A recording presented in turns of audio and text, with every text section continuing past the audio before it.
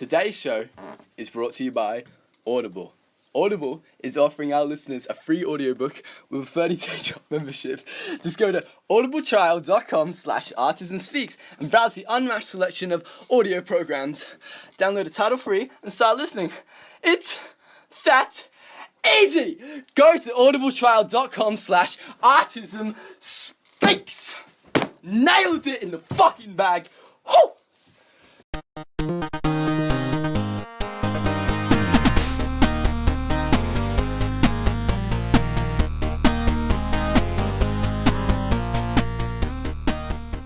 Hello everybody, and welcome to our show this week. We have a very special guest. We have Matthew.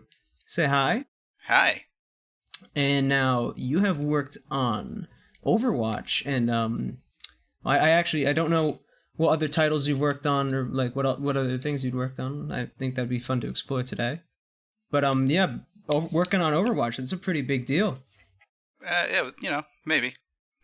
Maybe it was only like number one in the whole world, like number one game for a while. Only number one. Yeah, it was fun. Good times. Well, the animation of Overwatch is actually, I think, the strongest part of the whole game. It's beautifully animated. It's something that's why I think that's one of the reasons actually why the Overwatch competitive scene is what it is because like with a lot of games, it's really about the viewing, right? Like, right. Smash Bros. Is fun to look at. Smash Bros. Is a lot of fun to look at, and so is Overwatch.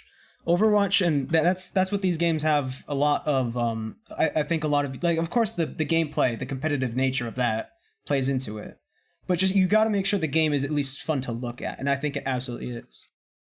Oh, yeah, thank you. Yeah. I wish I could claim that all as my own, but it's not. Well, yeah, of course, he was the one guy. He did all the animations. I did it all. I did. Anything you like, anyway. All the good animation. That was all the bad animations, it's other people. That's everyone else. Absolutely. What? I have a question. What animations were your animations, right? Like, pretty much you. Oh, I mean, I did a lot of first person when I first started on the team. Mm-hmm. My first hero I did was Mercy's first person. But I did Mercy, Winston, Soldier 76, Junkrat. Junkrat's my favorite first person I've done. Oh yeah, I love Junkrat's I love the little details you put in there. Where he slaps. He doesn't remove the cartridge on his grenade launcher. He slaps it out of there. Yeah, it wouldn't be Junkrat if he just took it out nicely.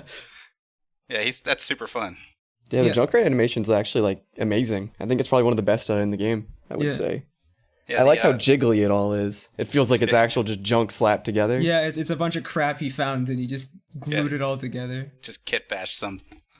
It was actually just working with Kyle Rao, who was the weapon modeler who modeled that, and then just talking back and forth with him, like, hey, I added some more stuff here or whatever. I was like, yeah, I can animate that. We can get some rickety jiggliness in it, and it was super fun. I think that was probably one of the most fun weapons to ever work on in that game. Mm-hmm. You did the Ferroton where it's like a Marine like spinning around his gun and stuff, right? No, I did not do that. That wasn't you. Was that David? No, that was Ryan, who was our lead. Ryan Deniston. Okay. Yeah. Because I think I remember a while ago I was actually playing with you, and I think I remember you saying something about that specific. Oh yeah. No, so I was in the Army and I was in ROTC. Oh. And I was on the ROTC drill team where we had rifles like that and we'd spin them around and shit. So, oh wait, can I curse on your podcast? Oh, no, please do. Okay. Sorry, it's just my informal. Okay, that's my natural inclination, so I'm probably going to say a lot of shits and whatnot. Yeah, say shits, fucks, whatever you want. Okay, good. This one's for the kids. Yeah, so like it was like, who is Farah? We were thinking, and then she's very much the soldier type as far as her personality, so it seemed to fit. So I didn't do the animation, but that's how we sort of pitch ideas. Did you Jason, you were talking about this movie the other day. I forgot what it's called. It's that movie with the old man and he's got the car and he's Gran Torino. Did you take it for Soldier 76? Did you take any? Yeah. It's very much like his personality type. It's like, crotchety old man, get off my lawn. Yeah. Get off my... There's even a line in the game, isn't there, right? Where he says, get off, young punks. Yeah. Yeah, that's. But his personality was pretty much set in stone for a while. I think it was. That's a character Chris Metzen's been kicking around for a long time. Yeah, didn't he exist like many, many, many years before Overwatch? It was like a concept art that he made. Yeah. For the character, yeah. I don't know what his personal story with him. Obviously, what character went into Overwatch was just sort of based on whatever his original concepts were. I'd be curious to learn more about that too. I just remember him talking about wanting to do this Soldier 76 gung-ho America type guy that was a super soldier. Okay. Now I have to ask this. I don't know. I don't remember if you were still working there when they added this, but like it was a summer item for Soldier 76. And it looked like Uncle Ben from, or was it Grandpa Ben? Whatever. From fucking Ben 10. It was the cook? Yeah. Oh, yeah, Girl Dad 76. With his raise the stakes apron or yeah. Was that at all inspired by the guy from Ben 10? Because like that's all I see when I see it. That's a good question. You know, I think On Dang is the artist that concepted that skin. I'd have to ask her. I think I don't want to miscredit who came up with these skin ideas, but I think it was hers. But the socks and the sandals, it's so perfect.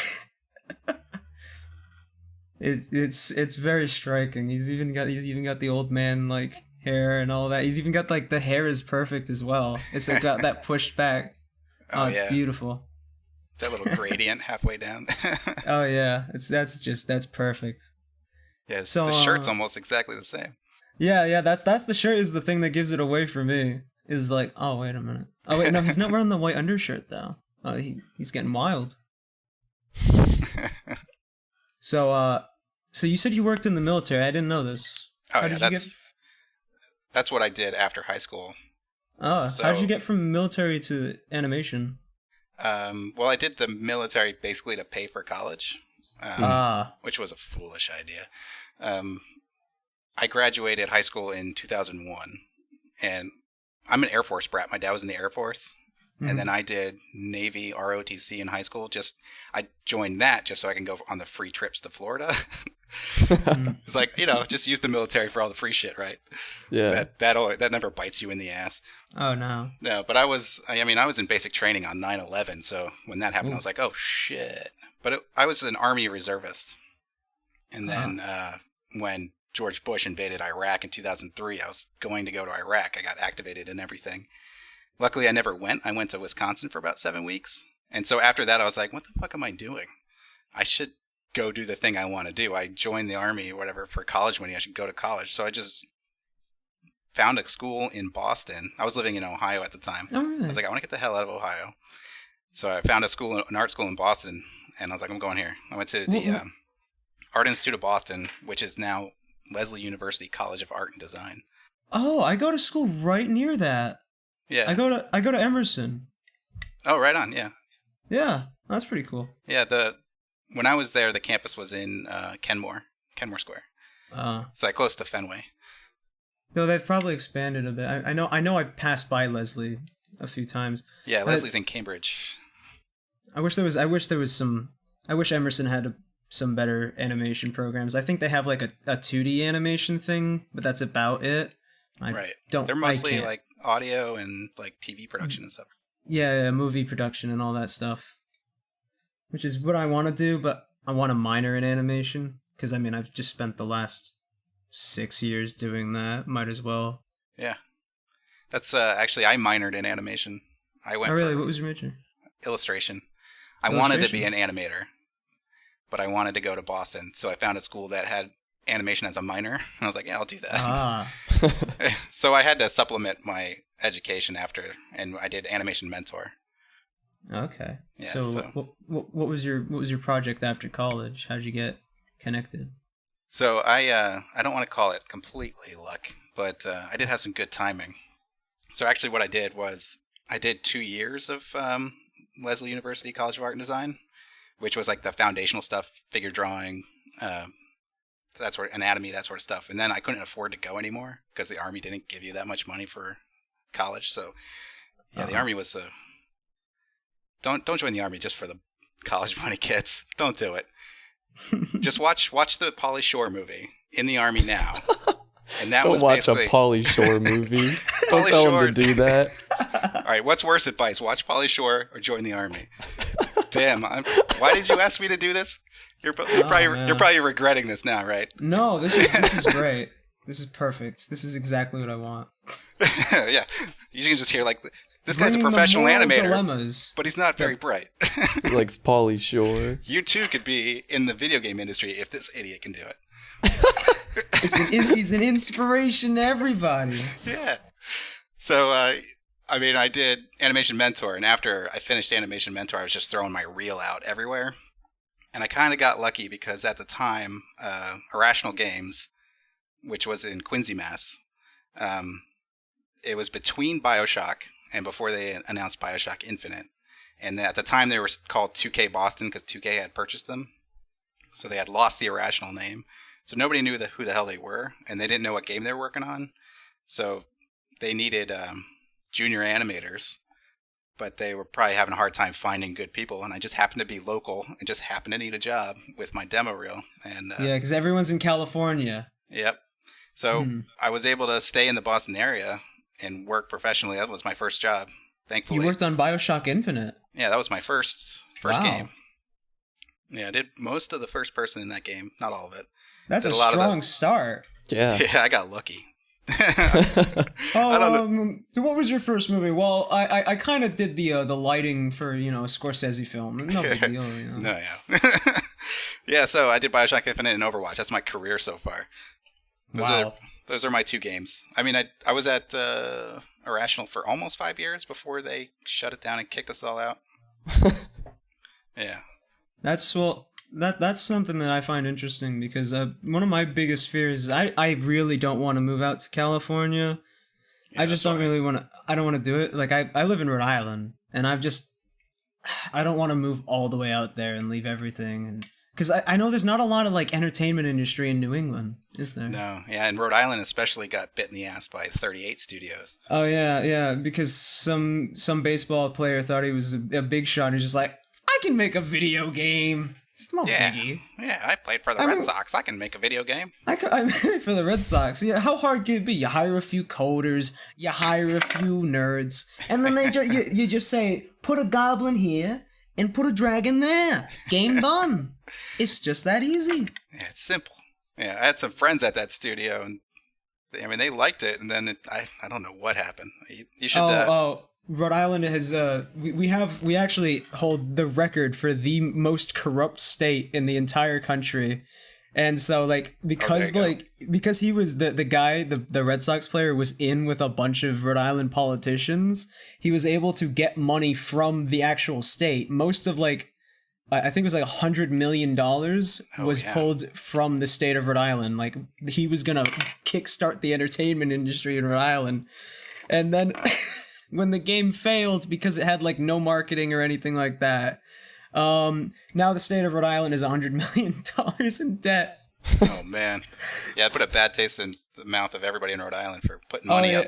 He single-handedly destroyed the Rhode Island entertainment industry. That's pretty fucking impressive. Ouch. I'm sorry, Kurt, if you're watching this. Yeah, we picked up a couple of people from there. After they shut down at Irrational. They're talented developers. They had a lot of talent at that studio. It's a shame. Oh yeah, I heard the game was actually good too. That's the saddest part. Yeah, it's just it takes a lot of money to make a game, and it's not easy. So. I think the problem with 38 Studios was they were going for their magnum opus on their first go. That's not. Mm-mm. Yeah, and they were just throwing money around like crazy. Before you do that, you need to build a name. Like. Bungie started off as a bunch of nobodies. Halo 1 didn't cost $100 million to make. Halo 1 probably, I'm just throwing estimates, probably cost around like 5 to 10 or around there. But that built a name for them, and then people see like, oh, Bungie, I'll buy from them, right? Yeah, people exactly. buy from people will buy from like Blizzard because they like Blizzard's games. Blizzard's built a name for itself, hasn't it? Yeah. I mean, you're familiar with Titan, right? From Blizzard? Yeah. So was Overwatch initially, right? Yeah, but they spent 7 years making their next big MMO because they're like, MMOs are the thing because Warcraft is such a hot item. Oh, yeah. So we better make the next big thing just Warcraft, but even better. And they spent 7 years doing that and couldn't find the fun. And then if they were anybody but Blizzard, it would have taken the studio down. Uh-huh. But they were able to can most of it, take some elements out of it, repackage it as something smaller, and put out Overwatch because they've suddenly realized they can't go big with the massive MMO because Warcraft didn't start as the massive MMO. It started off as a smaller RTS title and built over the years. So like, oh, if we're going to make a new IP, we should start with the smaller game. Do something just fun, bring people into it. I find it weird that Blizzard was trying to make another MMO. Wouldn't that be like competition with itself? Yeah, but this was, a couple years ago when MMOs were still like the thing, and they thought, they bring Warcraft down. Yeah, eventually, they were probably looking at the life cycle of World of Warcraft and saying maybe we can ramp this down and ramp that up. But it's still going. Oh yeah, there's a new expansion coming out soon. Apparently, there's a pre-patch and it like broke the game, and my friend's been complaining about it a lot. Oh yeah, all I heard is that Teldrassil burns or something. I don't know what happened. So they kind of squished down all the scaling. So like back in the day, you used to like 1.5 million DPS was like a top tier raider, but now a top tier raider is like 4,000 DPS, right? They want like numbers to kind of mean something again. Oh wow. Okay. But like every now and again, there's an ability that they didn't quite think about, so it still does like 1.5 million damage, and it'll just insta kill people. So every now and again, you just die in one hit. Although I kind of like those whenever they put out a new patch. It was just like my favorite MMO type game, I guess. Does Warframe even count as an MMO really? Yeah, yes and no, I guess. It's really, I think it's more like a cooperative third person grind fest. Not really. I wouldn't really call it a shooter or like a hack and slash. It's like a combination of both. I heard good things about. Oh, I love the Warframe. newest patches. Sounds great. Like, yeah, they're very cool. Yeah, Warframe's awesome. The dev team's great. The game is great. It's fun. This is just a fun game. But I like it when they put out a new weapon sometimes, and they don't. It's hard to balance because they have like 30 or 40 Warframes in the game, and then they don't realize like, oh, if I do this exact combination of weapons or like abilities and all that shit, then this weapon will do 50 million damage. There's an old bug that used to do that. There's a guy that would multiply your damage, but the way the calculation worked, if you used a certain weapon, it would multiply it like 450 times instead of like 3 times. And yeah. I'm sure their QA team was like, oh, I guess we missed that one. Thanks for finding it. Yeah. Their QA team must have really hated experimenting with Rivens. So if you don't know what Rivens are in Warframe they have a mod system where you can put in little cards and that'll boost the stats of whatever weapon you put it in. Now Rivens will randomly boost stats, and the percentages and all that is just completely random, but it has like a limit, I guess, to how high the percentage can be. But that you get a weapon like, say, there's this laser gun in the game, kind of like a Halo Spartan laser, where it's just like big damage but long charge. It's already super powerful, but now it's like everyone wants this one mod card because it can just kill anything. If you get a Riven for the Opticore, Jason. Yeah, I have one actually. I have one too. You just win, right? It's very not fair. The meta, the balance of Warframe's kind of gone out the window, but it is fun playing a game like that. But like, it's like you're always getting stronger. That's the thing though, is that's the great thing about a PvE game, is that you can it doesn't have to be balanced, because you could just, I guess there is the PvP in Warframe, but no one plays that. It's all about that PvE, bro. Gotta kill it. Yeah, usually it's vice versa, PvP versus PvE. Yeah, Warframe started as a PvE, and like the PvP is kind of bare bones in it. That's the thing I don't like about Destiny that much, is like everything has to be balanced for both PvE and PvP. So you can't really have the gun that's ridiculously stupidly overpowered, you know? Like Warframe has separate balancing, so when you go into PvP, the guns are all different. Yeah, they nerf all the guns so that they're fun to use and balanced. That way, not everyone's just using one gun. Yeah, especially if you're not at the same level as the people you're going up against. Yeah. Oh yeah.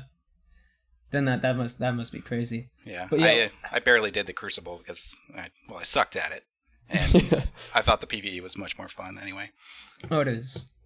I like. There's not a whole lot of PvE games coming out these days. It's a lot. It's a lot of PvP. I've noticed. Nothing wrong with that, but I think it's easier to monetize and easier to keep it going on for a while. That's it. Yeah, they try to build a community around the game and just keep feeding it. Instead of like making one game, putting it out there and hoping you get your money back before people forget about it and move on to the new thing. You know what's really weird is a trend I've noticed in gaming recently is that a lot of games that were really underwhelming at launch are getting revived. Yeah. For Honor, Rainbow Six Siege. I don't want to say Warframe because Warframe just built up its popularity. No Man's Sky. Yeah, No Man's Sky. I'm really surprised. Well, okay, Jason, I know you don't like it, but you don't have trust to, them. It's got. You have to at least applaud the fact that they've been trying for like the last 2 years. They've been trying. It is good of them that they didn't just abandon the game, but Yeah, I think like, the game is got your money, fundamentally flawed at a very core level. Oh yeah. There's a lot of problems with it. It's just not fun, I don't think. The game's like, there's nothing to do on the planets but walk around and explore. But like when doing that, it's a chore in the game because to take off your ship, you need to use like landing fuel that you can only have like 2 of at a time. And then so you take off your ship, go land somewhere else, take off your ship. Now if you want to land, you have to go farm for landing fuel. And it's just like, I don't want to land because I have to get landing fuel. So I just won't explore anymore. But then that's the whole point of the game. And it's like, it's such a hassle. It's all it is, just a big hassle. Have you ever played Elite Dangerous? No, I heard he's great though. Elite Dangerous is one of the prettiest games I've ever played. I hear it's really fun in VR. Oh, it is. Yeah, I was at my friend Kyle's house. He has a VR setup, and just going through that in VR is just amazing. The game is so gorgeous, and it's just feels huge. There are things I wish it had. Like I wish you could actually get out of the ship and walk around. You can go. There's a rover you can take and land on planets, but you still want to explore just on Did foot. they find aliens in that game? Oh, like yeah. Little alien tentacles or something? Elite Dangerous has such a cool way of doing like cinematic things. So like one in like every million players or whatever would experience an alien encounter where out of nowhere the aliens would just disable your ship and then come over to you, start scanning you and like take stuff from you. And maybe like leave one thing behind, and that was like a clue that the whole community had to rally behind. That's really cool. And then they just leave, and like a minute later, your systems would reboot. I remember seeing a Twitch stream. Someone was Twitch streaming it when it first happened, and they were freaked the fuck out. It's supposed to be super rare. Oh yeah, and it was like scary. It was pretty scary too. Like imagine being in space, but all of the power's out. That's a scary thing. Oh hell yeah. But yeah, Elite Dangerous is gorgeous. So you worked on. Oh yeah, you can't really talk about what you're doing now. You never got permission from Ubisoft, right? Oh yeah, I can't talk about anything Ubisoft related. Yeah, he's he's working on the next Dance Revolution game. Oh, Hey, that'd be really fun. It probably would be. I just animate Revolution like VR. the little arrows coming down. I do kind of love Ubisoft's press conferences at E3. They're silly. They're really silly, but they do have a fun factor to them. they're just coming back. I think they're just putting out really good games recently. Oh yeah, like For Honor and Rainbow Six are both their games. Front's great. Too. Rainbow Six is great. I loved Far Cry 5, even though it wasn't universally liked, but I liked it a lot. Far Cry 5. I didn't get around to playing that one. I just got too many things on my It was shelf. fun. It was very fun. Apparently, the new Assassin's Creed is really great too. Yeah, I like the ACO a lot. Origins, it's a good one. Mm-hmm. It's more open than their previous games. Got a couple more RPG elements to it. Mm-hmm. But yeah, it's fun as hell. Yeah. So what do you think about like games reviving themselves like a year or two later after the fact? Yeah, I think that's great if you can pull it off. You just need to be able to sustain yourself so you can put the time into keeping on developing it, or just because otherwise most of these places just go belly up. So it's great that Hello Games could stick with No Man's Sky for 2 years and like put out this new patch that everybody adores, because otherwise they could have just gone bankrupt and spread to the wind. Yeah. Well, for some things I think like with For Honor and The Division, that's another Ubisoft game. Yep. I think that they just needed another maybe like year of development or something like that. I think a delay would have been better than just building the community back up over a year, because when you do that initial launch, you're gonna leave some like, and it's not that great. You're gonna leave a sour taste in people's mouths, and some people just won't be willing to give you another shot. I think, especially when it's a studio like a Ubisoft game, Like a big guy. Yeah, because if you're a studio that's smaller and even like PUBG, like with PlayerUnknown, before you put out a mod and then he gets picked up by Bluehole, like you can put his game out and call it early access and just let it be early access and have it build up popularity that way. But when you're a studio like Ubisoft doing that, dropping $60 game right away and saying this is our experience, then you do run into the people that feel let down. Yeah, like that's all. I think the original. I think Titanfall is also doing the same thing, because I remember Titanfall 1 was kind of a letdown, but then Titanfall 2 came back and it was amazing. But like a lot of people weren't willing to give it a shot because they felt kind of burned out by the first one. And they forgot to advertise it when they released it. And they also put it up against Call of Duty and Battlefield. Great. Yeah. Good thinking there. And Titanfall 2 is so fun. Like the mechanics in it, it's just so good. Titanfall 2 is it's just so solid. Yeah. It's everything just feels right in that game. Very well made. Great animation in it too. Oh yeah, the animations. I love getting in the mech and shit like that, and doing those little assassinations are fun too. Yeah. They're so cool. I love the one where he's got you like knock him to the floor and then you shoot him with the eye laser. That's awesome. Like the one where he punches him like 50 times. Titanfall 2. Oh man, I can't believe that game's on the Source engine. Yeah. Is it really?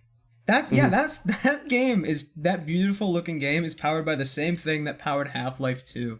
Half-Life 2 actually holds up surprisingly. Yeah. Way more than you would think it would. Yeah. Well, I still think Half-Life 2 has some of the best facial animation in video games.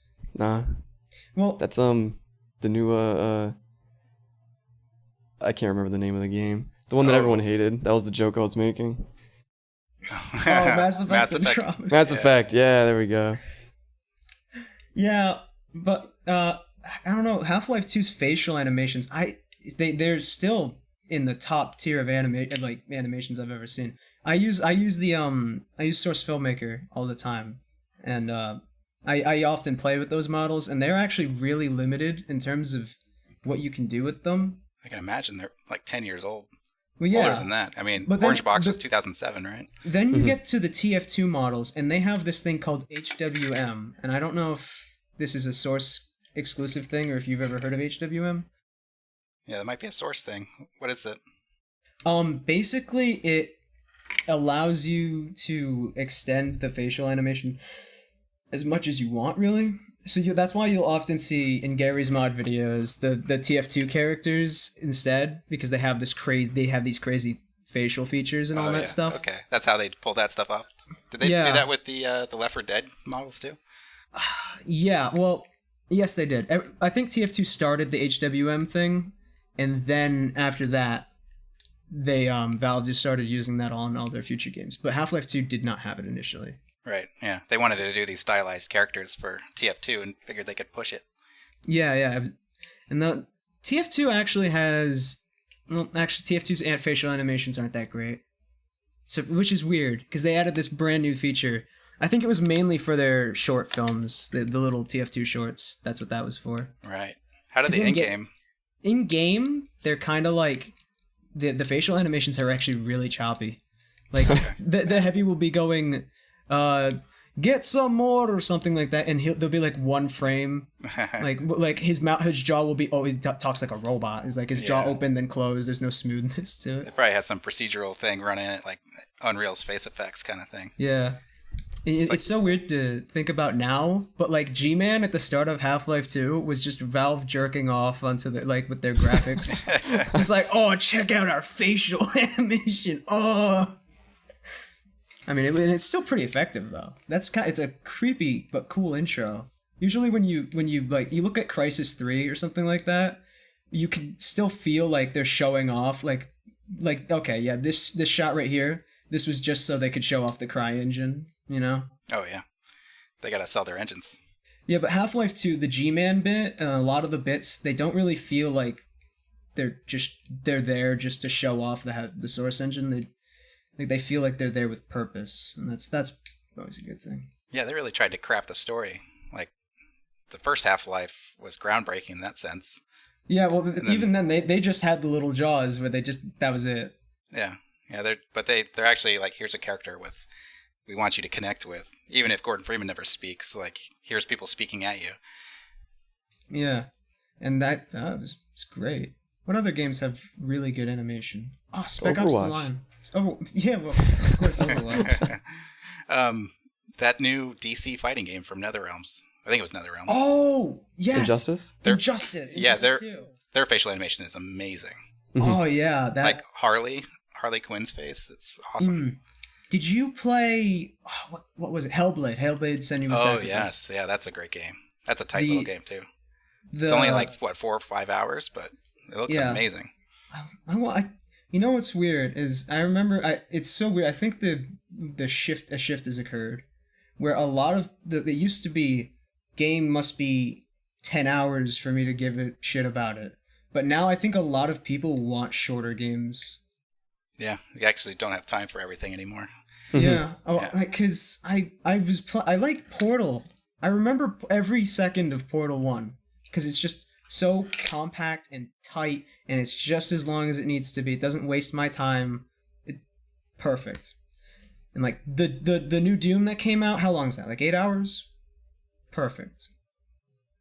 I want more games that I can finish within like 2 days. Just because I don't know. I want an experience that's just tight and will stick with me, and I don't have to like dedicate. It doesn't feel like a job. I don't have to dedicate like a month to it, you know? Yeah, you don't feel like you have to explore every little corner or whatever. Yeah, like GTA 5 it's a fun single player, but oh my god, does it take forever to get through it? Yeah, and half of it is just like driving to like pad it out. GTA 4 was worse. I think GTA 4 took longer to beat. GTA 4 was pretty bad. I love those games, but I love them too, but like I don't think I ever actually beat GTA 4. I spent like 2 years trying to beat it. I'm like, how much fucking longer does the story go on for? Yeah. I think the actually only Rockstar game I've finished is Red Dead. Like, I finished that story. I think I was just engrossed in it.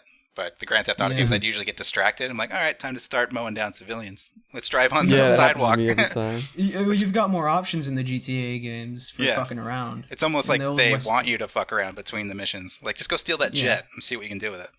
Yeah, I remember the early days of GTA Online, before all the crazy DLC shit happened. It was like a fun game where you and your friends would try to break into the military base and steal jets. Before, I know, obviously, like, you know, you added the flying cars. Before they added invisible robot mechs that are taking over the world and super AI. And then I said, isn't this a grounded game that, like, what's happening here? It was like it was a semi-grounded game. It was a little bit absurd. It was but then satire and absurd, it went but full like, Saints Row. there was never invisible robots with like heat-seeking eyeballs or whatever they put in that game. We played that most recent heist, Jason. Oh, it's horrible. It was just so long. Do you remember wait, Sparky, did you do the heist with us? Did you do the very end? Yeah. Remember the jetpacks at the very end? Yes. they had this, Matt, it had this thing where everyone has to show up at the very end in the specific spot. But if you like our friend landed on on a railing instead of the floor, and it tipped forward, and you can't tip the jetpack, and he just exploded the jetpack, and so we had to go all the way back to the like hour-long mission. We had to restart the hour-long mission. Just we were at the very end. His jetpack like dinked a railing, and it very slowly, very slowly tipped to the ground, and then we laid there for like 5 straight minutes, and then it just said mission failed. And it was literally all he had to do was land in a small circle. That was the end of the whole thing. We would have been done. And he just tipped it over. We had to restart. I was actually, Jason, I think I was genuinely crying at that point. I was so upset. It was hours. We played those heists for hours. I think I actually started shedding tears because I just didn't want to do it again. Oh, God. GTA is has good animations, though. They have like those like an engine that does like it's like procedural like ragdoll animations that are super Oh interesting. yeah. They use like more natural motion Euphoria. I think it is Euphoria. Yeah, Euphoria. I think that's what it's called. Yeah, like I- motor ragdoll. Yeah. That shit's amazing to me because I really like. Did you ever play The Force Unleashed? Oh yeah, yeah. I love that. They had something like that where if you threw a box or something at a stormtrooper, they'd fall down, and then if you tried grabbing the stormtrooper, they tried holding onto railings, holding onto anything they could find. Even other stormtroopers like, help me, don't let him take me. And like they'd act real time ragdoll and shit like that. And they also had really cool technology with like wood breaking and stuff. And I thought as a kid that was like the most crazy shit. Matt. Yep. What is the most beautiful game you've ever seen? Like putting aside how the game was, like the story and all that, like what do you think the most beautiful game was? Beautiful, just as in like visuals, or Yeah, just in visuals. man, that's a tough one. I really liked Horizon Zero Dawn.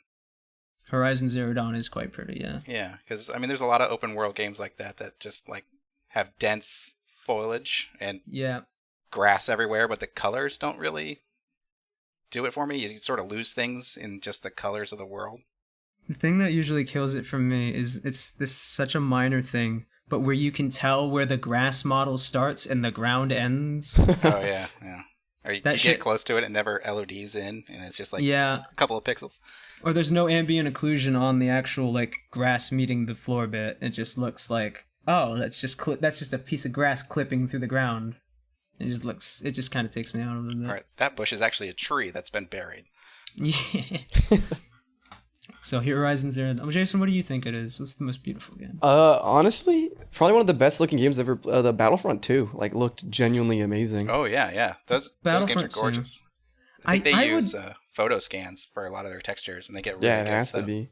I would agree, but like I think my favorite game would probably be something that's more like strong art direction rather than just strong strong graphics. Like think- yeah, but oh my god. Oh, sorry.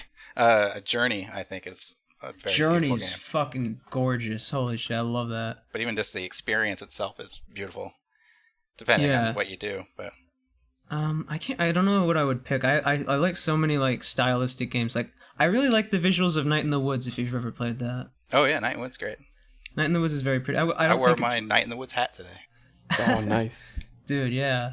Night in the Woods it's such a great game. I love that. Fury is really good looking. Mhm. I love Fury? Fury. You've sure. never Furi. I can link you the Steam page. It's a weird one. So it's like what? How many bosses is it, Chase? It's like I think 13 it's boss 10. fight. It's I like mean, there might be 10 more. It's just a boss rush game. That's Yeah. all the game is, but it's very fun. It's Okay, a cool. bullet hell hack and slash. All right, I'm on board. I'll check it out. Yeah, and it looks very, very pretty. It's got this like 80s neon aesthetic, which it's kind of commonplace now, but Fury Right. really nails it. What other games was there that's pretty? Dead Space. Dead Space 2 is actually really gorgeous, and there's another one, and this is gonna make me sound like a big fanboy, but like Halo Reach is actually drop dead gorgeous sometimes. Halo Reach isn't the most technically fantastic game, but it's art direction. Like sometimes you just look at the background, it's just beautiful. Like this is one of the cutscenes. Like that is just so cool looking. Like that bit right there. Oh yeah, the ship coming down. Yeah, Halo Reach had really strong art direction. What games did you grow up with? I grew up with the first Nintendo and the Super Nintendo, and then I also had an Amiga. Was our first home computer, which had like Zack McCracken, which was a LucasArts point and click adventure. Mm-hmm. Like I love that. You know, like Maniac Mansion kind of stuff. Yeah. I mean, then we had a PlayStation, the first PlayStation. I loved like Bushido Blade. Did you play Bushido Blade? Oh, Bushido Blade. That's the sword fighting game, isn't it? Yeah, like you can get one-hit kills with that game. It's amazing. Yeah, it's like super realistic. I've always wanted to play Bushido Blade. Yeah, and then there's like one guy with a gun. What a son of a bitch. But you could like run. I remember running through like this bamboo forest, just cutting the trees, because like that was the first game I think I ever noticed that you could actually interact with the environment like that. Just trying to slash a guy in the stomach, and you ended up cutting trees down. It was pretty cool. That is actually, yeah, that I've never heard of this game, actually. I'm looking at it now. Cool. It actually does look like a lot of fun. It's brought up whenever people talk about like the best sword fighting games. That's normally one of the ones that's up there. We were talking about battle royale games with some friends. Oh yeah. And we're like, somebody should make Bushido Blade, where it's 100 samurai running around with swords, Did you ever play, different types of swords that you can pick up, and Yes. Did you ever play Chivalry? oh yeah, I played Chivalry. Yeah, it's fun. I love Chivalry. Chivalry Battle Royale could work. That's the thing, is everyone's just trying to copy PUBG and Fortnite, but like, no one's tapping into the melee market. Yeah. Melee combat could be so much fun in that scenario. I think it's really hard to do and really hard to make fun. Yeah, especially with that many people on a server. Yeah, I guess, but like, I think the Culling 1 actually did it pretty well. Yeah. The Culling 1, like, before they screwed it up, they had a lot of the melee combat was actually really in depth and fun. Like, you could be a master at that and just tear through it. And like, the thing I liked was that guns were there, but they were very, very rare. And like, if you got a gun, you were basically God, and people bowed before you, trying not to, like, just begging you not to kill them. But like, I could totally see a melee battle royale like on a bigger scale working, like not For Honor, because For Honor is very one-on-one based, and but Definitely the Chivalry engine I think would work. I mean, Chivalry basically has that. It has a mode called Last Team Standing, yeah, where it's just like, but sometimes it's like 10 teams of 2, and then and if you die, you have 1 life and you're out for the round. oh, Those are always fun. I love the Chivalry modding community. I love going on the Star Wars servers. Did you ever play the one where if you kill someone, you grow like an inch? What? And then, What? And you get like, and your power and health scales as you get bigger. So there's one guy in the server that is like in the skybox smashing people with a hammer, and it's a bunch of little guys at his toes trying to kill him. Oh, That man, sounds that's amazing. amazing. That's great. I haven't played any of the mod servers. I should re-download it. Yeah, they're not. It's not too popular anymore. The game's kind of died out, sadly. Speaking of mods, I always wanted to see Overwatch, but with a mod community. That was... That would be- imagine... there's so much potential there. Yep. And the precedent is there for Blizzard games, but Yeah. Like Lucio TF2, Battle Royale. TF2, I think, would have been dead long ago if it weren't for the mod community. I mean, the community makes all of TF2. They don't. The community literally makes the game by They this don't have point. developers anymore. They just have people who click like subscribe in the thing. Oh yeah, it's just like, would you like to see this in the game? And they like the people make the new hats and shit. Yeah, and then all the new maps, all the new hats are basically made by the community nowadays. Yeah, but like, imagine Overwatch, but I don't know. There was a mode I remember playing in TF2 where every stat on all of the guns were multiplied by 10. So if you got a gun, like there was this one gun that shot like from the soldier, and he shot rocket launchers, and he had like it shot 3 rockets, but using the times 10 multiplier, you could have him shoot 30 fucking rockets. Jesus. Is he killing himself too with that thing? Just all at once. Trying to rocket jump and blowing himself up? No, that's what he did. You take the boots that make it so you take like 20% less rocket damage because it's times 10. You take no rocket damage. Yep. And then so you super rocket jump in the air and then like rain down 1,000 rockets on people. Yep. Jason, you played on that server? I played on all of the times 10s. Were so funny. It was all just trying to find the exploits in like the games. Yes. There are like some gloves that gave you like plus like 10% health, but you were just unkillable. Oh Unless someone used the gun that gave you like plus 15% damage, but it was like 150% damage. Do you remember the Heavy's speed gloves? So the Heavy had a like these gloves that would increase his speed like times 10, right? Like on normal.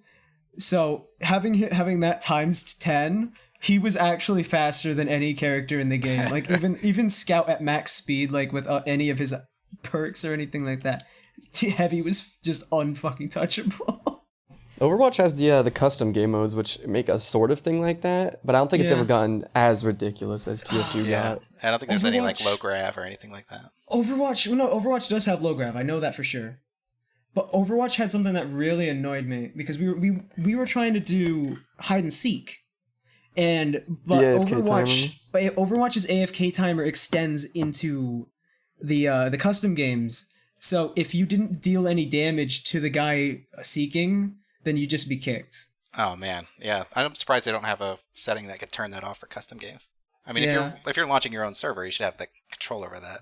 But Yeah. hey, I don't work on Overwatch anymore, so But Here's like, the real question. I'll call What Jeff. rank did you get in Overwatch? What was your peak rank? Yeah, it was peak rank. oh man, I never got beyond platinum. Platinum's very respectable. It's I- okay. I think it's I got pretty. I haven't played a comp season though in a little bit. Did you reach Platinum, Sparky? I think I got you Platinum. No, I got it. I think I did it on your account. No, I did not give you my account so that you could Who did I get it on? platinum. I think I got someone really high. No, that was actually, it was me. And well, look, Connor was making fun of me because my rank was low, and I'm like, I'll prove it to him. So I started grinding for like a month, and I realized solo queuing is just terrible. It's horrible. Oh yeah, It was. Don't do it. There's definitely like a lot of areas in Overwatch where just you'd see some players and you'd be like, "What is happening here? Like, what's going on with you, buddy?" He's playing like those task videos of Smash Bros where they don't miss a single like frame. Everything is perfect. You can't even touch them. Like some of the Lucio mains back then. That was me. Yeah, that was the boy. Yeah, fuck you. It was fun. It was fun. I tried to pick it up because I wanted to be untouchable as well. I kind of regret it. I wish I learned a useful skill set that I could like translate into other games, but instead I just got really, really good at Lucio, and then now whenever I play other shooters, I'm like, oh yeah, I can't aim without like my dumb 4-shot projectiles. If they ever make that Jet Set radio shooter, Yeah. you're good to go. Oh, dude, I mean- imagine how cool. I'm sorry to cut you off. What was it? No, I'm good. I got nothing. I was thinking, imagine like if Overwatch had mod support. Imagine how many cool Lucio race maps. Yeah, that's there what I could be. want. I would love a Lucio challenge map. Oh, dude, that'd be amazing. You know how Warframe recently actually implemented in the dojo. They have their course builder. Yeah, you can build your own in Warframe they have a dojo, which is your clan base basically, and in that you can build your own speed like training regiment. So like you can build your own obstacle course and see who makes it the fastest time. Oh, that's pretty cool. Yeah. Yeah, doing that with Lucio would be awesome. Or just having races, or even with Wrecking Ball Hammond now. Yeah, I want to try him out. He seems super fun. I actually have a question, and I don't know if you'd be able to answer because it's like monetary thing. But there's a trend in games I've noticed lately that it's kind of bugging me where they'll introduce content for a limited period of time and then take it away. Like Siege did this recently where they had this really cool zombie mode that looked like it took months and months of effort to make. But after only 1 month of being in the game, they got rid of it. And I know Overwatch does this too. Like they have Maze Ice Challenge and they have the Lucio Ball, which was actually a lot of fun. I love that. Yeah, they're like seasonal events that they bring around once a year. Yep. Why do they scrap the mode? Like I understand scrapping the loot boxes because the whole idea is like limited time. You want to get them while they're there. Yeah. But why the mode? I think it's the same thing. It's just like, hey, come back for a month and check this out. If you've been away, come check out Lucio Ball. But then that makes a problem where like I remember in the early days of Overwatch, people were like, "There's not a lot of content here," and because I think the reason is because a lot of the development was going into I'm just going off assumptions here. I think a lot of the development was going into these fun modes, but that were only there for a little bit. I think the idea is to leave them wanting more, and so like next year they'll come back, right? You keep it's to keep the players there for longer. I get that, but even then, like I don't know. I just wish I could have access to Lucio Ball and all the fun stuff at all times. Like I know they're gonna do something with Hammond. They're gonna do something cool with Hammond, like a fun little. Oh, dude! Imagine like a race mode with Hammond. That'd be fucking cool. Yeah. If there were areas that had no ground, so that if you fucked up, you fell in the pit. Oh yeah, you could do shit with the grappling hook where you have to jump off a cliff and then grapple onto something and use that momentum to get up onto a higher ledge and shit and continue the race. That'd be fun. Oh. Yeah. I don't know how I feel about that business practice because I mean, like, I get it, but I don't know. I just want all that content to be there because it's always fun to play that stuff. You know, like, oh, we're sick of doing the PvP mode. Let's just have a fun little screw around mode. You know? Yeah, I mean, just something fun for you to do, like, and stay in the game. That'd be great. But I can't really comment onto what the exact reasoning behind it is. Yeah. And my hope is they do, like, if Lucio Ball in a couple years, you know, it's people have been playing it for a while. It's not the hot thing anymore. Just put it in. Yeah. Just put it in. You know, like you can be an exclusive for a year or 2 years, and then just let it be in arcade mode. You know what? You know what every game needs? Every game needs Forge from Halo. Absolutely. Yeah. Forge was so... Halo has an infinite amount of game modes. Because you can make everything. You can make anything you want in well, not everything. It's obviously limited, but like... There were so many things that just sprouted off of Infection. Like, there was that mode where the guy would chase you, but like he was super slow. But if you Fat Kid. Yeah, that one. Like bully the fat kid. Yeah. There was Ice Cream Man. There was the trash can, trash compactor. There was Jenga. Fucking Jenga was in there. All of these were Infection, and there was also like people would actually make little story modes using Infection, where you had to. Oh, they made Cops and Robbers as well using Cops Infection. and Robbers was so fun. Cops and Robbers. There was a little, like, people would make these little story modes where you had to follow a linear path and the zombies had little entrances and exits to follow you there. That shit was crazy. Imagine every game had that. I mean, I understand why. It's a lot of development time to make something like that. Yeah, I think Ubisoft recently did that with the Far Cry arcade. Mm-hmm. But I haven't actually seen anything made with it yet. I don't think it took off. I think the map design is there, but I don't think, because the best thing about Halo, I think, was the game mode design. You can make you can really like personalize how the game played. Like, you can choose where people spawn, how they spawn, what weapons they spawn. If they die, they go to this team. If they die, they go to that team. Yeah, you there's so many things. Set how many lives they have. Yeah, you could set like the zombies can jump at 25% normal, 50% normal, and it just intervals of 25 up till like 500, I think. Mm-hmm. Stuff like that. It makes me think there's this old Medal of Honor, I forget which one, but somebody made freeze tag, and you had to use your flashlight to unfreeze your teammates. Oh, that's cool. It was super fun. It was like standard like team deathmatch, but instead of dying, you just got frozen in place. So you'd run around trying to use your flashlight, and it would take a couple of seconds to melt somebody. That's actually pretty awesome. That sounds like it could be a fun little Steam game. All it's on like a $5 Steam game. Yeah, but add some physics to it. I think that, you know, I think that could actually solve a problem that the game industry is facing right now. Because I notice a lot of games, when they release, a lot of people are like, well, there's not a lot of content here to keep us sustained. If every game had a Forge mode equivalent, then there wouldn't be that need, because they could just make it their own fun, basically. And then, like, while the developers are working on it, there won't be, like, a larger exodus, because people are still playing it. Yeah, that's something you have to plan from the get-go. Yeah, of course. And obviously, it's not applicable for every game. But, like, GTA's actually benefited a lot from their map editor. I know that. Mm-hmm. GTA 5 is still kept alive by that fucking map editor.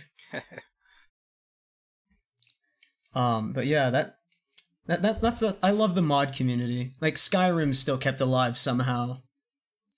That's how a lot of game designers get their start, or like level designers. They get their start making maps. Yeah. Or game modes.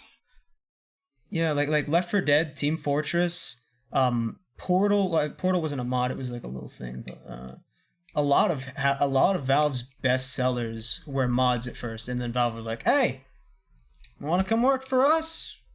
Come on, let's make your game like with a budget this time." Counter-Strike. Yeah, you've already made it. Let's just we'll just buy you tweak and it a make bit. it better. Yeah, just make it better. And that, I wish they still did that. Because there's so many Their mods. money machines nowadays. Yeah. Like Gary's mod is one of the most successful games on Steam right now. Still, after all these years, it's still in the, where the hell is it? It's still in like the top 100. No, it's like top 10 still, even though it's a mod for Half-Life 2 that came out in 2007. That's nuts. Yeah, that is pretty nice. It's not even got any like ranking level up system. I mean, some servers have that shit, but itself doesn't. Speaking of that, mods and stuff, I actually have a question for you, because this one's big relation to Overwatch. How do you feel about Source Filmmaker and all that stuff? I think Source Filmmaker is pretty great. Yeah. Okay. Yeah, I like what people do with that. It's pretty amazing. Some of them are really good too. Some of them, they're just goofy, which is fine.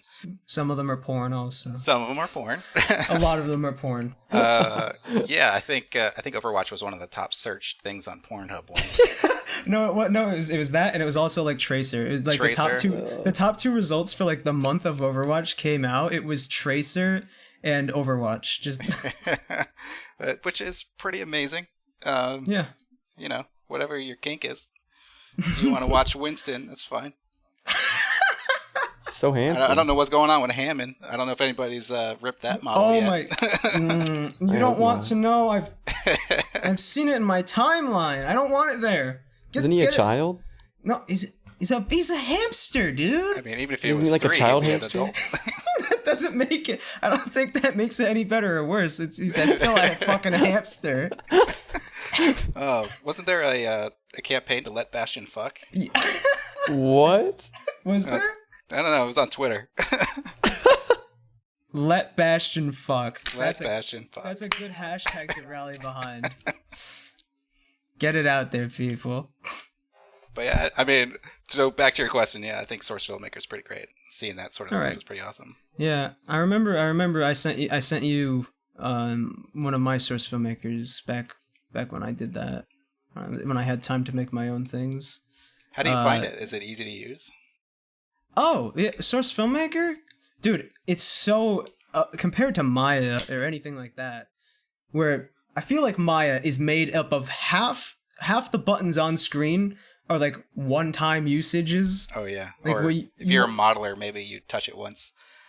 Yeah, like that's the thing I fucking hate about Maya is that, or all of these big programs, like I think After Effects has half of that problem, not as much as Maya, but like so many, it's intimidating to new people because so much of it you will never ever touch. And that's on the main thing though. I think they should have, I think this could actually be to Maya's benefit. Imagine where you have layouts and you have the beginner's layout. Like, you know how Premiere, you can change the workspace from editing to sound design and all that stuff? Yep. Imagine that, but you have new, first time beginner, acquainted with, or like an advanced. Yeah, or like all the features are there. You just hide them for what you want. Yeah. Just hide them so you don't scare people away. Source Filmmaker's UI, I think, is actually perfect because it's so much. Well, I mean, there are a few buttons that I over the course of 6 years I still have not touched, but like, look at this UI. It is so basic, but there's so much you can do with it. Like, obviously, ignore all that stuff at the bottom. That's just sound clips, but that's standard video editing stuff. Yeah, but like everything around that, yeah. Like everything around that, the thing on the side is models, the viewports, that you know what that's for, the play button, like everything there is just stuff you need. And that, compared to Maya, is so not intimidating. It is so, you look at that and you're like, okay, I think I could figure this out. Jason figured it out as well, didn't he? I for did. a little bit. Yeah. It's really, with it. yeah, it's really easy to use for first timers. And I wish Maya had that, because when I loaded up Maya for the first time, I was just scared. Like, I'd used Source Filmmaker for like 3 years at that point, and I'm like, all right, I think I have a handle on animation, like like a very basic baby level, but like, I think I can do this. So I load up Maya, and I'm like, why are there 50 million buttons? Stop. It's terrifying. Like, you use Maya all the time, I assume, right? Yeah, I actually have Maya open right now. I had to teach myself Maya when I was doing Animation Mentor, and it was scary as hell. Oh yeah, because it's just so overwhelming. I just wish that like the first time you boot it up, it just had beginner's mode enabled. Load up that 2-hour tutorial video. Fuck no! I'm not gonna watch a tutorial. Here's the thing: you will never learn anything from watching the very first tutorial video. Because here's the thing: you'll learn how to like do. Here's how you create a new model or something like that. But everything is specialized. Yeah. Because like when I'm not gonna watch that video as like, here's how you use every single button on Maya. I'm gonna be like, all right, how do I add hair to this model? And I'll look up how to add hair to models in Maya tutorial, like an individual basis. Is that how you learn? Yeah. What you learned in school? Yeah, it's like on a one-on-one. You don't learn everything at once, and you also learn through experience. If you just tried like memorizing every single thing, you just fall apart. Yeah, I always find it easier that there's like set up a goal for what I want to figure out. Either reverse engineer something that already exists, or look up specific tutorials. Like, okay, now I need to light this scene. How do I light this scene? Exactly. Yeah, like how do I add lights? How do I change the light from dynamic to static or something like that? And how do I like change the colors? And that's all I need for today. And then like that information is now in your head because you just learned it. You just used it. You implemented it. And if you don't, if it didn't sink in, the next time you need it, you still got that one tutorial. Yeah, just bookmark it and you're good. Yeah, it's perfect.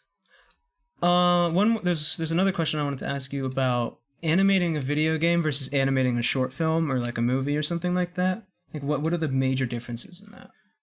Well, with film, and unlike most video games, it's like it has a locked camera. That's probably the big difference. You don't have to optimize shit. Yeah, you don't have to optimize shit. I mean, you want your rigs to be optimized so you can at least play back at a decent speed, but you can still play blast it so that you can see it played back in real time if it doesn't play back in real time in the scene. But you can animate to a very specific camera, so it really only has to look good from that one camera. So you can do all sorts of cheats with that. You probably shouldn't cheat too much because then you get fucked in simulation. Because eventually, you're going to want to run cloth on it or hair or even lighting if the shadows are weird. Like in some shots, you don't even need to have the character's legs moving or something like that. Yeah, absolutely. Little cheats. Yeah, just animate what you need to. Yeah. Obviously, in games, you have the camera that can move all over the place and see your character from every direction. But also that your animations are built from dozens of little clips, like running on top of each other additively, as opposed to just one big scene that you animated. I have a question about first person animation. Sure. So I know that you have world models and view models. And world models are the models that other players can see, and view models are the ones that only you can see. Yeah, which tend to be just the arms. Yeah, just the arms, sometimes the legs even. Sometimes the legs. I know Destiny, they actually show the third person model to the first person player. So if you look down, you're actually seeing the third person animation. How do you do that like without the other players seeing the view model?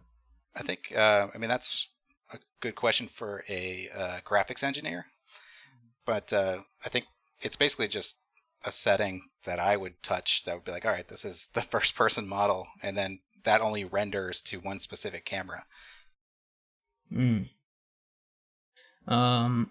So with the first person animations, I think Extra Credits did a really good video. Yeah. Where they showed like all of the different ones and all the little nuances. Like Soldier 76 won't when he looks around, like his gun doesn't waver a lot because he's got that really steady grip and shit. Yeah, but Sombras will wave all over the place. Yeah, that's something we thought about because I mean a lot of games do that where they've got a little bit of sway or but because our game was a hero, everybody's a specific character.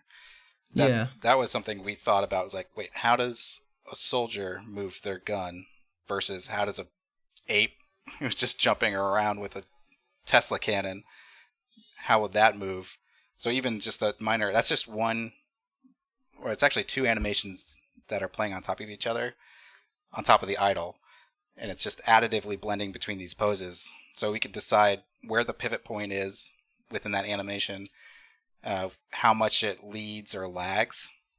Mm-hmm. And it has spring values on it so that it can overshoot and spring back. And we can change all those values to make it either tighter or looser, or to lead when you turn. I think McCree and 76 lead because they're looking for their next target.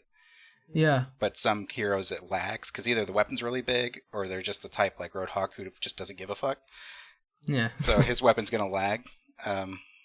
Does Junkrat lead or lag? Because I feel like he would be leading, looking for his next target because he's excited to kill something. Yeah, that's a good point, and I don't remember.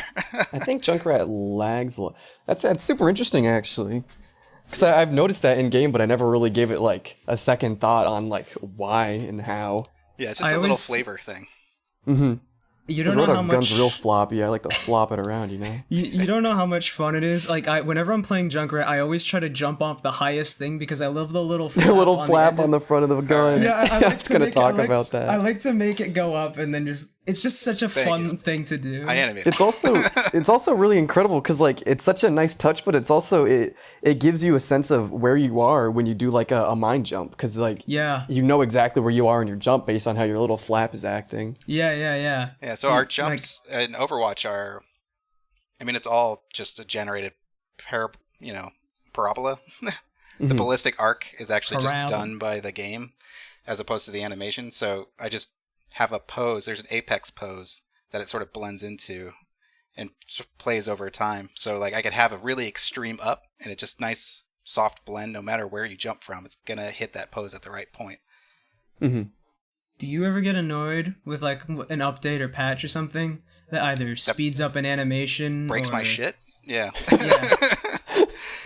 Yeah. Like let's say for example, Mercy's res was too fast, so like they just slowed it down a lot, and it's just like, oh, that's a fun story. So I mean, they've changed Mercy so many times.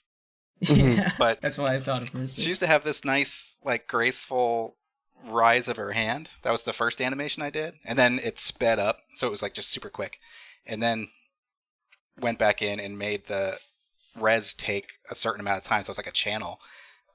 And I had like a week. I think it was either before BlizzCon or before Thanksgiving. It was like, oh, we want to put this patch out before this thing happens. You know, we want to do some quick updates to our animation to match the new timing so it doesn't look super broken. It's like, okay. So I went in, I think it was like 2 days of just rushing through, like, let's just do a quick change to our hand pose and threw it in. And I think Jeff Goodman, who's the main hero designer, was like, yeah, it looks good. Let's put it in. So I was like, son of a bitch. But I think it turned out all right. It's crazy how often things break just by little changes.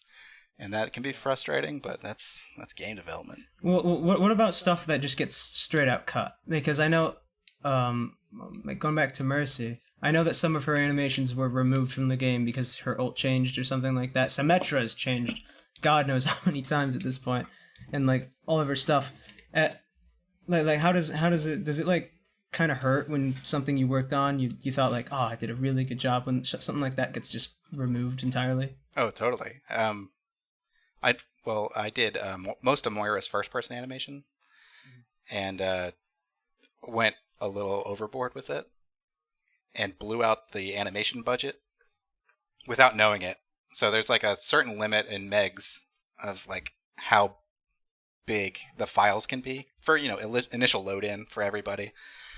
And I was just like, oh, I'm going to put a separate animation on this hand and separate animation on this hand. And when she does the healing, she's going to like do this cool little thing where she, you know, swaps her hands over and like, this is unique. And she had so many little animations to give her flavor, and then blew the animation budget out. And I was like, shit, we got to optimize her, get her back in budget. Oh, no.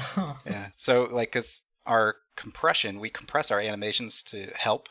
So if you have a static pose like 76, who's just got a grip on his gun, it's going to cull a lot of the bones in his fingers if his fingers aren't moving in particular animations. If there's no keyframes on those bones, it's going to skip those so that the data of that particular file is much smaller, has a smaller footprint. But Moira's hands are always moving. So there's keyframes on all these bones that other heroes won't have keyframes on. So that just, and on top of that, she has cloth in her sleeves in the first person. So that just blew out the budget.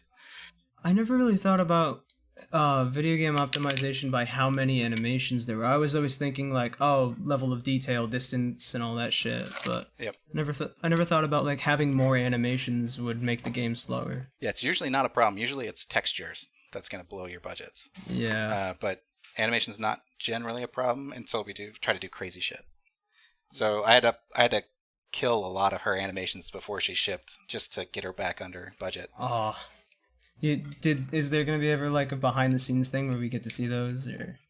Might be. I think we talked a little bit about it at BlizzCon last year, but I don't think we showed anything. What were some of the challenges animating Doomfist? Because I know you worked on Doomfist, and I know he was I heard a lot that he was really tricky to implement. Yeah, he was a pain in the ass. But I really enjoy how he turned out. Oh yeah. I mean, doing any sort of melee in first person is very difficult. Melee's one of my favorite things. Like, I was so hyped to get a new melee character because at that point I think all we had was Reinhardt. Yeah, it was just Reinhardt. It just swings, and then Genji's ult, I guess. Genji's sword's cool. Yeah, but that it's meant to slice through, so it's okay if it's just a quick, Yeah, and so selling the feeling that you were actually making impact was challenging. Also, since it's a multiplayer game, you don't want to take control away from your victim. Yeah. So because first person games, if you hit an AI, you can have a nice big hit reaction on them, and that helps sell it.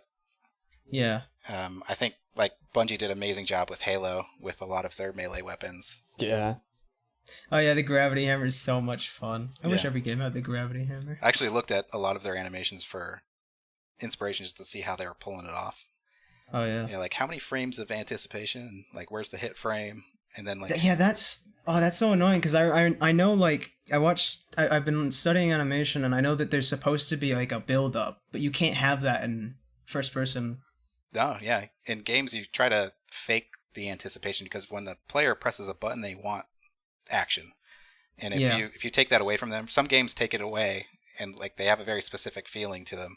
Like you can make your players Siege very frustrated. Does that. Siege has Siege takes control away like a lot. Like even with the melee animation, it's not instant. Mm-hmm. I think Dark Souls 2 is something like that, where it's yeah. Dark Souls. I mean, their animation's very specific for like hit frames. Yeah, like what you're doing.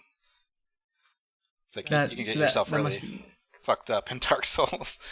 Yeah, but like animating something where you can't have that build up must be, especially for melee, where so much of how melee like hit will work is how much build up there is. Like when in anything when you see a character punched, like you get that build. Like remember Pacific Rim? Mm-hmm. The best parts of that movie weren't even the hits; they were the build-ups to that hit. Yeah. Like remember when he picked up the boat? Like everyone was going, "Oh shit!" when he picked the boat up, not when he swung it, or when he got the rocket elbow going. Everyone saw that elbow was like, "Oh, here it comes." Yeah. So I mean, for Doomfist and for most of our melee and Overwatch, we flip it so that there's the anticipation. Actually, we fake it; it goes off screen very quick. And then you have like maybe 1 or 2 frames where it's held back and then snaps forward.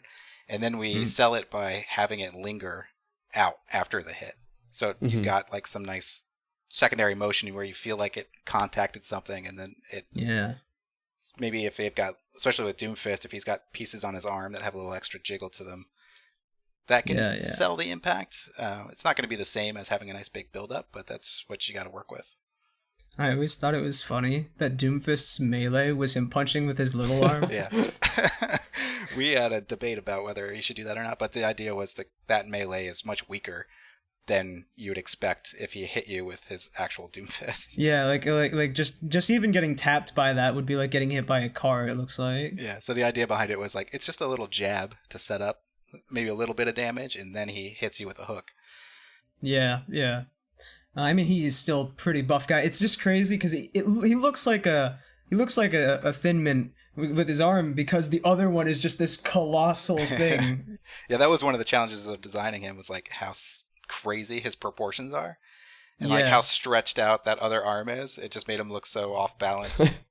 I imagine him trying to walk, like, because he's got that thing must weigh at least 100 to 200 pounds easily, right? Like, imagine trying to walk with that thing and not trying to, like, he must, like, lean left all the time. Yeah, he's got back problems for sure. Oh, absolutely. His career is over by his 40s. By his 40s, he's done. I have a question that you might know a little bit about. How early did the Doomfist voice actor get hired to play Doomfist? That's a good question. Because remember the whole Terry Crews situation? Yeah. Like, I'm pretty sure the Doomfist voice actor got hired, like, way before Terry Crews was even, like, thought about, really, right? I don't know if I think there was talks about, like, oh, wouldn't it be great if we did do the Terry Crews thing? But I think it was already decided. I don't know if they decided on the actor at that point, but they decided, oh, we should find an actor that can do, like, a West African accent. Yeah. Yeah. That's true. But, like, man, it felt like Terry Crews kind of fucked you guys there. He definitely hyped it up. Terry Crews was hyping up this thing. He visited Blizzard. I got to meet him. He's going he's talking about how much he loves playing Overwatch and how much he'd love to do a voice in there, like wink wink. And then at E3 he's like, guys, there's a big announcement. Guys, there's a big announcement. You all know what it is, and everyone in the replies is like, "Oh, we get you, Terry. We get you." And then it was Crackdown 3, and everyone's like, "Oh, he was fucking with us. He's when Doomfist gets announced, he's gonna be Doomfist." It felt like he was just trolling you guys. It felt like almost intentional, like he wanted to fuck with people. It was so good if we get him. I bet you he's pretty expensive though, especially with the game like Overwatch, where it's like, a year later, like, we need you to come back in and record a few more lines. Yeah. But yeah, because like you guys do events and shit, and especially Doomfist as a main character. Yeah, if we ever did a animated short with him. Yeah, that's true. You know what's crazy is while we're on voice actors, you'd think Mark Hamill, right, would be some like A-list, like, oh, I'm Robert Downey Jr. I'm gonna only do jobs if I get paid $5 million per second I'm on the screen, right? But then you see him in like everything. Mark Hamill's in Avatar. Mark Hamill's in the Batman series. He's all over the place. Yeah, he's like one of the best Jokers. Mm-hmm. Yeah, and is he like? Does he charge a lot or not? I'm just confused. I think he just loves voice acting. Yeah, and he's just willing to take any job. Yeah. Did you ever see that really awful like this like Christmas movie that was like, I think some of the worst animation I've ever seen in my life, and Mark Hamill was in it. No, I don't know if I know this. Hold on, Mark Hamill Christmas movie. It's animated? Yeah. Yeah. It's this fucking like a direct-to-video horrible Christmas movie. Oh, it's some of the animation. It's Rap City Street Kids Believe in Santa. Never heard of that. That sounds amazing. Hold on. Let me show you. Okay, so here the full movie's on YouTube. Let me just cut to like. Okay, hold on. Look, here, you don't even have to watch this. This right here, this little clip. I just play it from the timestamp. Is this made in like Maya too? Look at this animation. Wow, that's awesome. Mark Hamill is in this movie. What year was this? 2002. 2002. All right. Luke Skywalker. Wow, that's like when like Monsters Inc. came out. This was Monsters Inc.'s biggest competitor. You think Sully Spur looks good? Look at the hair in this. My favorite thing is like the character's doing a T-pose with his arms. They were too fucking lazy to animate his arms. This was made by one person though, right? Yeah, but like still. I've got to look this up. I'm curious about what the production was like. And Mark Hamill was like, sure. This was actually this was the original Overwatch concept video. There's like documentaries on this movie. Like the guy who made this is impossible to get a hold of. Jason, this has a 1.1. That's pretty on good. IMDb. So this is like the room of animated shows. Oh, might as well be. So that guy's They- like the Tommy Wiseau. Yeah, they had Mark Hamill, Jodie Benson, Paige O'Hara, Nancy Cartwright, Nancy Cartwright. Walter Emmanuel Jones, Ricky, Clint Howard. Why do I feel like anyone that's named Clint is automatically like big? That's Ron Howard's brother, isn't it? Oh, is it? Yeah. Clint Howard. Jack Angel. That's a made-up name. Yeah. Jack Angel. He said, "Don't put me in the movie. Don't put me in the credits." That's a wrestler's name. Yeah, that's wrestler or like a spy novel knockoff James Bond kind of character. Jack Angel. Yeah. Yeah, there's like, dude, there's like Oh my god. hour-long videos on that. What? Sparky. He has another movie made in 2004 called Wolf Tracer's Dinosaur Island. Mark Hamill Tracer. also starred in it as like the main voice. Is this guy like Mark Hamill's brother? He's probably Mark Hamill's like cousin's friend, and then like Mark Hamill's cousin's like, dude, please just do his animated movie. Wolf, You won't stop Wolf bugging Tracer me. is that Tracer's persona? Oh no. Dude, I told you this all ties back in Overwatch. Wait a minute. Hold on. I just realized something. So I just like skimmed to a random point in that video, Jason, the Wolf Tracer thing. So look at that. God, it's Soldier 76. No, it's not. No, it's not. No, it's not. Hold on. It's the executive assault guy. No, it's not. You'll see who it is in just a second when I post the picture. I'm really excited. That's the starting cinematic of Half-Life 2, isn't it? No. It's fucking Connor from Detroit. Oh, It right. is. Look, it's the exact You got an same. upgrade. I mean, I think it's a downgrade. Detroit doesn't capture the same level of emotion as Yeah. Wolf Tracer. Oh my god, it is actually very close. Same nose. He's got the same nose. He's got the same angry eyebrow. The same giant eyes with no eyelids. That's fucking crazy. Oh man, what if David Cage, that was his startup? Probably. That's why no one could contact the director. He's ashamed of what he's done. David Cage is just like, I must hide this work. David Cage. Okay, one last question before we finish. So, Detroit Become Human, this actually has been driving me wild for a bit, had a budget of $50 million. And there is so much fucking content in that game, it is unreal. There's like 30 hours of cutscenes or something like that, right? Yeah, they try to make movies. 50 million, huh? They don't have anybody in it like they had like Willem Dafoe or anything like that. No, like 50 million? That's like baby money in the Hollywood scene. Yeah. So, but like if 50 million can produce 30 hours of cutscene, then why can't animated movies do the same? Is it because of the game engine? I think Because also it's in movies a lot of the time like 25 million is going to like Robert Downey Jr., right? Yeah. That's where your budget's going, and like advertising too. Advertising, I think- is usually just as much as the game.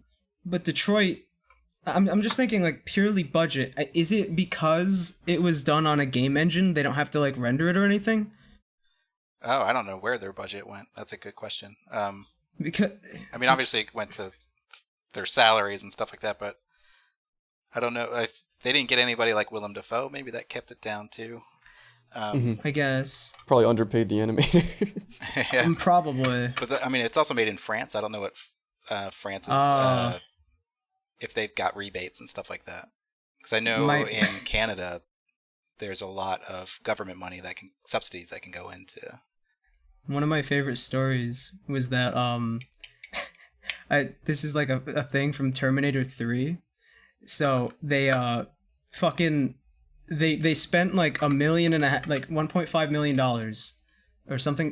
They spent like $3 million moving Arnold Schwarzenegger around for sets and 2 sets and shit like that. And I think like at one point like they got on a plane, went to some location, and then like they forgot something. Like they forgot their fucking wallets or something like that, and they had to go back, and that cost the production like $2 million or some shit like that. Why wouldn't they just send one guy back to get all the stuff? I don't know. There's also this like mentality in the film industry I've heard where if you're given a budget, you're expected to have spent all of it. Use all of it. So sometimes they're 'cause just they'll kind of give you less blowing it next on time. other things. You know, like apparently on the Terminator 3 set, they had like fancy hors d'oeuvres and shit, like you're in a 10-star restaurant, like just passed out, and they had chefs on station, not just like pizzas or whatever for the staff, like big fancy meals and shit, just to fucking blow their budget. Yeah, then they probably set up a shell company and then said that they lost money on the movie so that they don't have to pay certain people back. So do you think it would be cheaper to make a movie in a video game engine rather than just, I don't know, Maya or something? Probably cheaper, but it'd probably look worse. Well, here's the thing, is like, look at Detroit. That game actually looks fantastic. Yeah, It looks good, but I mean... I think you'd still animate it in Maya and then just render it. Because I think there's some short films that have been rendered in Unreal, and it'll cut your render times down. Yeah, but I think if you were to do that, you could probably save a lot of money in the film. Because like I know Detroit, like it's not amazing, but you know I think it looks better than a lot of CGI cutscenes from like even 5 years ago, or like CGI movies and shit. Like what was that Final Fantasy movie that like Unbroken Dawn or some crazy name like that? Like Detroit looks better than that, I think. Oh, look at like the detail. You can see all the little fibers in his suit. That's crazy. It's just a texture, Sparky. I know, real, but like, I know, Jason. But like, still though, that's crazy amount of Sparky, detail. You can see all the fibers in this man's suit. Oh no! Whoa, it's realistic. It's so real. He's wearing a carpet. But like, okay, now imagine this. Imagine a TF2 movie where you don't even need that level of detail. Like, I guarantee you, if you made a TF2 movie on like, I don't know, Unreal Engine, and then like more versus Pixar's RenderMan or thing, the differences would be so minor it's not even worth it. Yeah, maybe. I think it depends on what kind of simulation you want to run too. If you've got, I mean, I don't know if Unreal does subsurface scattering too well, or I think it does. Well, okay, look at Uncharted. Uncharted has good subsurface scattering. Sure. I've noticed that. Sure. I mean, but well, that's Naughty Dog also. Naughty Dog are wizards. They are wizards. But I remember watching the trailer for Incredibles 2, and I'm like, did they actually like take the fucking time to put lint on Mr. Incredible's shirt? Why? That just seems like such a waste of time. Like, who's the lint manager on Incredibles 2? How much was that in their budget? Like what is happening here? Like, does the audience really care if there's lint on his shirt? I kind of like that though. I like it when you notice it. a little thing like that. And it's like, man, they must have really cared about this.